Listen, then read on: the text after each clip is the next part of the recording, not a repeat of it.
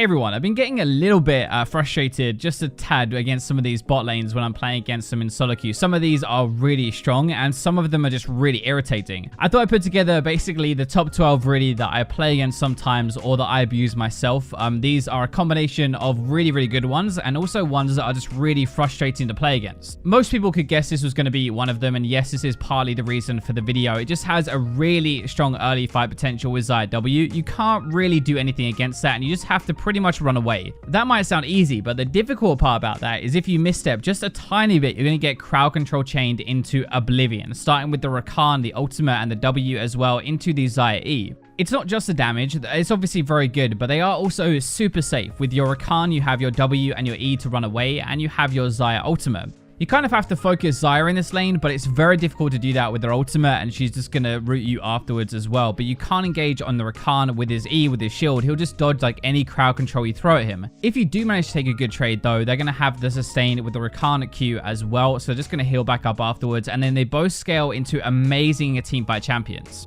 Next up, we have the other reason for this video, so Kalin and Morgana. I played against these two like all the time, and it is so tilting. Again, it is a lot about the crowd control chain that they can kind of put out, the combo of the trap and to bind. Normally, it's the bind first, then putting a trap underneath, and you're pretty much dead from that one combo. There is also constant poke and wave clear with the Kalin Q and the Morgana W, so even if you hide behind these minions and don't get hit by the bind, you're still going to be in trouble. You can take cleanse if you want to, but if your support gets hit, then they're just going to die without the heal for sure. But after level 6, like, Morgana is going to flash on top of you and do it that way first, guaranteeing the stun with the ultimate, followed up by the bind into the trap. The other reason this is so annoying as well is because Caitlyn is so safe. Like, she's got her net, she has really high range and scales very well, and Morgana's E, her black shield, that allows you to safely poke and pressure even more. It's really the combination of everything together that makes it work so well. Like, first of all, they're going to push you on the tower, and then you don't have any minions to hide behind, so they can freely hit these binds into traps, kill you under your own tower, and you're going to miss so much. Our third bot lane is a bit different because it's not hyper frustrating to play against, but it's just insanely strong, and that is what makes it annoying because you're kind of on a clock for the entire game. Kog'Maw and Lulu are two of the most like insane scaling champions when you pair them together. They have this great late game shred, but they're actually not that bad in lane phase in short bursts, like while Kog'Maw has his W up and also Lulu has her E and a Q. Part of the lane phase is just really the range that Kog'Maw has with the W. Like, you have a really good trade window while that's up, and then if you do get close enough and you actually dive on top of him, you have the polymorph that makes you a sitting duck. Well, I guess it's actually kind of a squirrel or whatever, cupcake, I guess. The reason it works is obviously the buffing phase, right? Like, you have the ridiculous attack speed with the Lulu W, you have the picks damage, you have the shield and everything, but it's almost impossible to kill Kog'Maw with Lulu's E,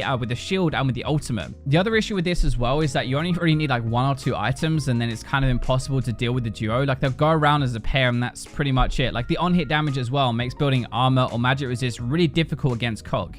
Our next one is one of my most hated lanes, like, out of all of these actually, which is Ezreal and Yuumi together. The constant poke they have is just ridiculous. They have a lot of heals, they're like hyper mobile, they have the move speed, the jumps, and it's just really irritating to play against. The first thing is Yuumi can block stuff, right? So if you hook Ezreal or you try to hook him, the Yuumi is going to detach, is going to take that hook and then jump back onto Ezreal, who has his E as well to jump away. And even Yuumi has an ultimate if you get jumped on properly. Because they're so difficult to lock down as well, like, it means that they can basically chase you for free whenever they want to. Like, they can use that to go in as well. With the Yuumi Q afterwards, it makes it really hard to run away, and then you have the healing on top of it. The other cool thing about this as well is that actually Ezreal wants to take teleport, right? Like, he doesn't really want his heal, he doesn't really need it, so you take the TP to get better base timings with your tier and stuff, and with Yuumi he can actually do that, and he doesn't lose any summoners. This one is just really high range. It's so hard to do anything against them. They'll sit so far back, there's nothing you can do. They'll slowly poke you down though, and then eventually turn on you, and it's so irritating. Our next one is also actually really high poke. So this is Ashe and Xayah, kind of an OG lane, but it's come back a little bit with the Ashe and with the Xayah buffs we've had recently, but it's just such high damage from really far away with volley and the Xayah Q. Ashe slow also sets up everything else for Xayah, like a really easy root for her, which is like basically a whole combo after that. Like, you actually need to hit that really to guarantee your damage. The biggest thing with this lane is Ashe's ultimate into Xayah plants are going to shred you down. Like, you're going to be stuck there just stunned in the middle of everything and getting absolutely blasted by Xayah.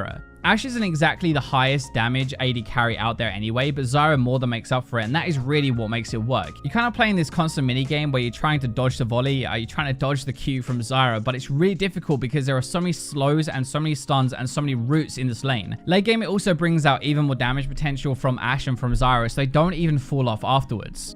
Now, this is one of my favorite lanes to actually play, but one of my least favorite to play against because it's just so strong and you'll get absolutely deleted. It already works around a passive, but even early, your Nautilus's Q plus your passive auto makes it really easy to land Kai'Sa's W, and that is 2 stacks. You get 2 stacks from Nautilus as well, so you need 1 more auto and you proc your passive. It's just very, very fast, like one combo basically burst, because Nautilus is applying so much damage himself as well as so many passive stacks. When he gets his ultimate as well, it becomes even more ridiculous. He presses R, he hits his Q, he hits his passive, and you only need to hit your W as Xayah to actually proc it and get all of that damage off.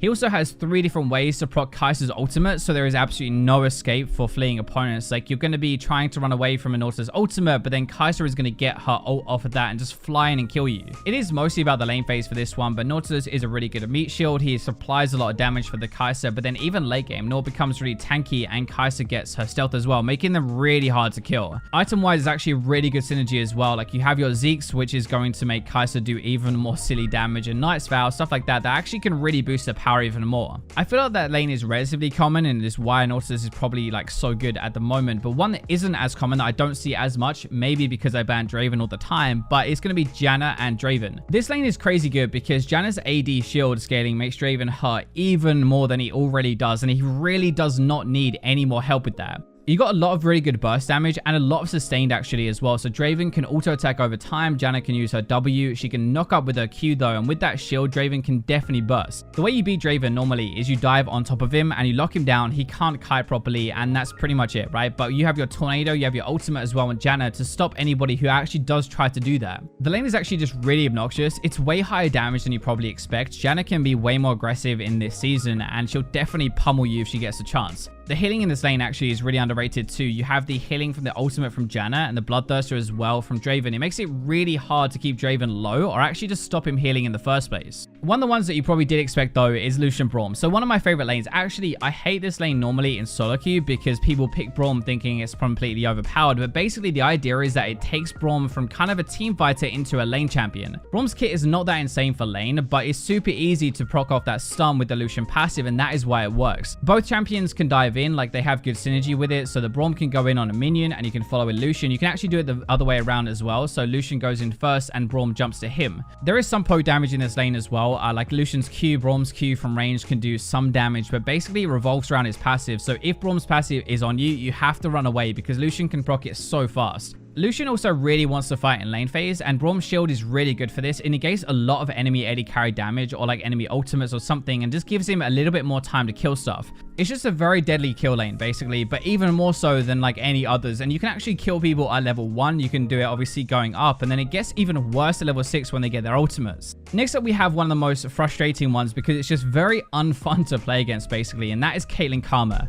Most of the annoying side of this comes from the poke damage. Like, Karma is absolutely insane as a poke champion, especially early with a mantra, but even with the normal Qs, and then Caitlyn kind of just adds on top of it. It also works a little bit like Morgana and Caitlyn, actually. Like, Karma can run straight at you with the speed. If she Ws you like the tether, you have to flash away. Otherwise, Caitlyn is going to put a trap underneath you and then follow up with the trap damage. It's also really hard to do anything to this lane. Like, if you run at them, they're going to disengage with a lot of poke damage, and that really sucks because you're going to lose that trade every single time. You got very good wave clear from both of their Qs as well, so you'll be farming under tower pretty much the entire game, which means they get a lot of plate gold and you just take way too much damage. Now I've got some kind of bonus ones I don't see very often, but are just really fun to use, I guess, or just really irritating to play. First up, we have Vayne and Veigar. So Vayne's E into the Veigar cage is really hard to dodge, obviously, and it stops them at the cage and it stuns them. Normally, you don't fight a Vayne next to a wall, right? Because the condemn is kind of what turns the fight around, and this is something that you can't really dodge. You can't fight her anywhere. Veigar's cage is used to disengage and peel normally, right? It's really big and it gets down to a pretty low cooldown if you max it out first. Glacial Veigar makes that even worse actually because of the peel, so you have even more slow, while Vayne basically just chases everybody down and mops up the kills. It isn't just the Vayne show though. Like, Veigar does a lot of damage. They have huge burst potential on their own, so you can't like focus one over the other because the other one is going to kill you. Both of them also hyperscale, so even though they have this kind of synergy in the lane phase, even though like yes, you can probably abuse them in the lane phase, they're going to scale into absolute monsters. This one you probably would have seen already, but I had the joy of playing against Garen Yuumi a couple of times and it's absolutely insane. It's got ridiculous sustainability sustain through the Garen passive and the Yuumi E. You can't really slow Garen ever. Like, he has the break, he has the damage reduction as well. You're going to have the Yuumi speed, so there's really no way to get away from him. He's going to have his Q to chase you even more. He's going to have even more tenacity before it, and like, he actually does a lot of damage with his spin damage now with the new attack speed scaling. The main reason that this actually works in the first place is because it's the perfect attachment for Yuumi. Like, he never really dies. You're going to have the constant move speed and the healing, and it's really good for Yuumi's ultimate. When you use the ultimate, you kind of want to run at people. Now, normally for most AD carries, they run away, right? But Garen doesn't. He's running straight at people, so it's the perfect setup. They basically share gold the entire game. Garen gets really tanky and very difficult to kill, and then Yuumi does a butt ton of damage. Last up, we have Yasuo and we have Alistar. So this is a lane phase kill potential against like pretty much anybody ever. Like, if you get near the Alistar, you're definitely going to die.